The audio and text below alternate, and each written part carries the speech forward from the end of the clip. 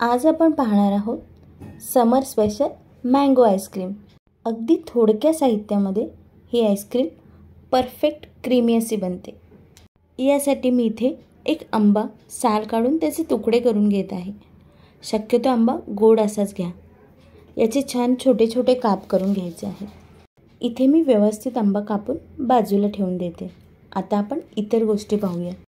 इथे मी मिक्सरमध्ये 1 कप फुल फॅट दूध घेतलेले आहे, अर्धा कप साखर, 1 कप इथे मी मिल्क पावडर घेतलेली आहे आणि 1 कप अमूल फ्रेश क्रीम घेतलेली आहे। यामध्ये आता आपण कापून ठेवलेला सर्व आंबा घालून घ्यायचा आहे। माझा मिक्सर पूर्ण भरलेला आहे, त्यामुळे मी हा 2 बॅचमध्ये फिरवून घेणार आहे। बघा हे टेक्स्चर किती क्रीमी असे आलेले आहे। एकदम छान अशी टेस्ट येणार आहे यामुळे आईस्क्रीमला। आता हे एका भांड्यामध्ये आपल्याला काढून घ्यायचे आहे। इथे मी आईस्क्रीमच्याच डब्यामध्ये हे सर्व मिश्रण काढून घेतलेले आहे।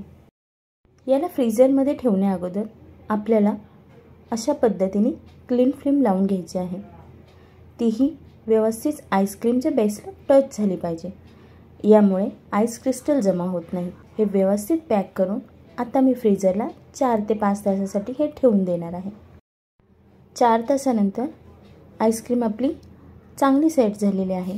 तुम्ही या स्टेजलाही ही आईस्क्रीम खाऊ शकता, पण मी हे आईस्क्रीम पुन्हा एकदा मिक्स करून घेणार आहे आणि यामध्ये थोडेसे मँगोचे क्यूब्स ॲड करून घेणार आहे।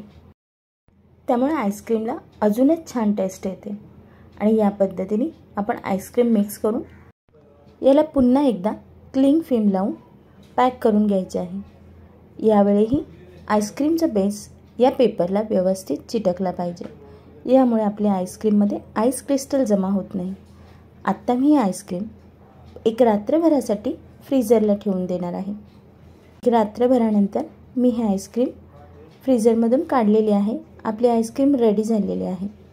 इथे ही क्लीन फिल्म काढून मी तुम्हाला ही आईस्क्रीम सर्व करून दाखवते। याला खूप छान असं क्रीमी टेक्स्चर आलेलं आहे। यामध्ये आईस क्रिस्टलही अजिबात जमा झालेले नाही। तर मग तुम्हीही अशा कमीत कमी साहित्यामध्ये ही मँगो आईस्क्रीम नक्की करून पहा। आवडल्यास रोहिणी स्पेशल रेसिपीला नक्की सबस्क्राईब करा, लाईक करा, शेअर करा आणि कमेंट करून आपल्या प्रतिक्रिया कळवा। आणि हो, आपल्या बिझी शेड्यूलमधून वेळ काढून माझा हा व्हिडिओ पाहिल्याबद्दल थँक्यू।